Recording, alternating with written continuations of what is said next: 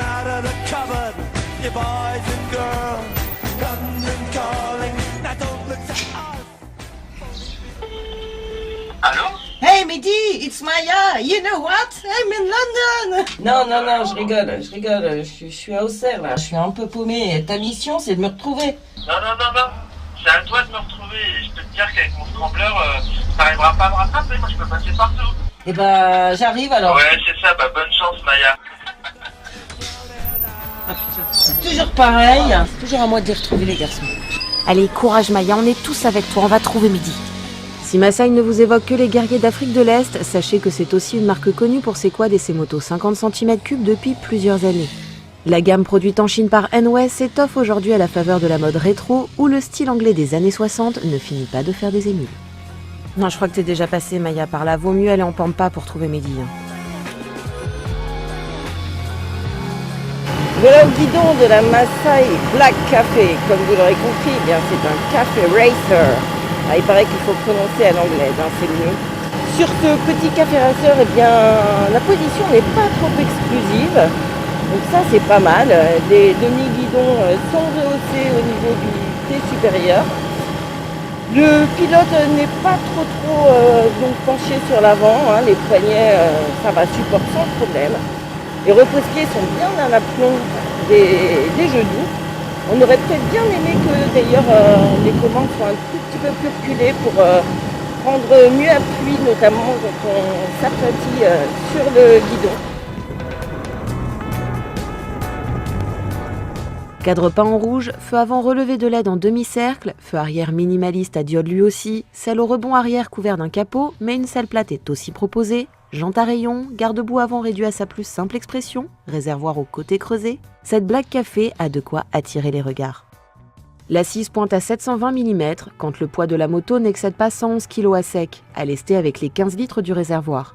On aime bien le petit compteur rond numérique avec compte-tours et un trip partiel et même une jauge de réservoir à segments. La finition d'ensemble ne démérite pas et on a droit à une trousse à outils dissimulée côté gauche. Au niveau confort, c'est un café racer, donc c'est pas extraordinairement confortable. La selle est un petit peu dure, mais au moins on peut bien se reculer, donc même les plus grands gabarits, ça leur posera pas de soucis. D'ailleurs, bien sûr, on va dire que 725 est accessible à tous, tant d'un point de vue gabarit que niveau poids. Les suspensions, c'est plutôt bien ferme aussi. La partie cycle est confiée à des jantes de 17 pouces avec des pneus à chambre de 110 et 140 mm avant et arrière, une montre chinoise à peu près correcte sur le sec mais qui n'offre pas un feeling très précis. Le tout suspendu par une conséquente fourche inversée et 2 amortisseurs réglables en précontrainte. Maya, il y a Mehdi devant toi, mais non, mais lui fais pas coucou, faut que tu le rattrapes. Comme le poids est léger, la maniabilité pose bien sûr pas de soucis. Bon, le rayon de braquage en revanche n'est pas top, donc ça on fait attention dans les manœuvres à basse vitesse. Pour le freinage, un disque à l'avant avec étrier 2 pistons, un disque à l'arrière, étrier 1 piston. Le tout couplé à la pédale, comme l'exige la nouvelle législation pour les 125, à défaut d'ABS. Oh là là, je crois qu'on a perdu Maya les gars là. Hey Billy, t'as pas vu Mehdi? Non, tu l'as pas vu? Bon je vais continuer alors.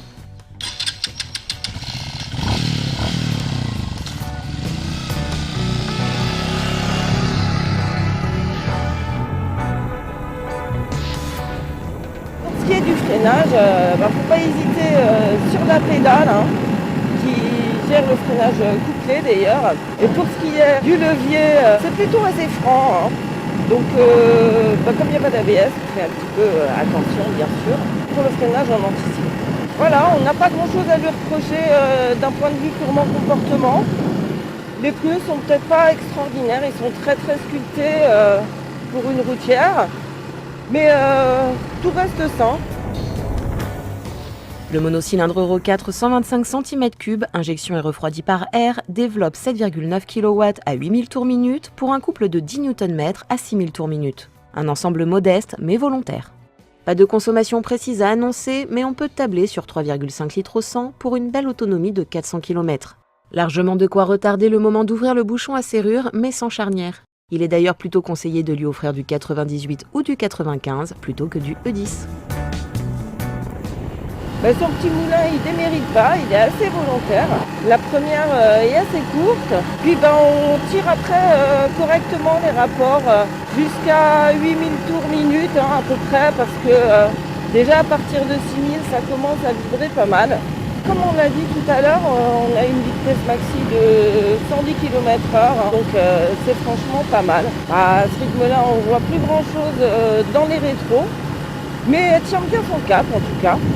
Bon, c'est pas forcément d'une grande souplesse, alors on joue un petit peu de la boîte pour rester aussi toujours dans la bonne plage de régime. D'ailleurs la boîte plutôt à l'ancienne, avec un long débattement au levier, mais elle verrouille bien. Bon, on a un ou deux petits points morts par-ci par-là, rien de bien grave. Bon, et puis sa sonorité est pas désagréable. Et sinon, Mehdi, tu le cherches toujours ou pas? Ah bah voilà, j'ai ma réponse. Trouvé! Bon, on va les laisser profiter un peu, et nous, place à la conclusion. Si quelques éléments comme le freinage et les pneus pourraient être améliorés, ce joli Café Racer 125, facile à prendre en main et suffisamment performant, a de quoi satisfaire tous ceux qui n'ont pas le permis moto pour aller au boulot comme pour briller en terrasse sans dépenser trop.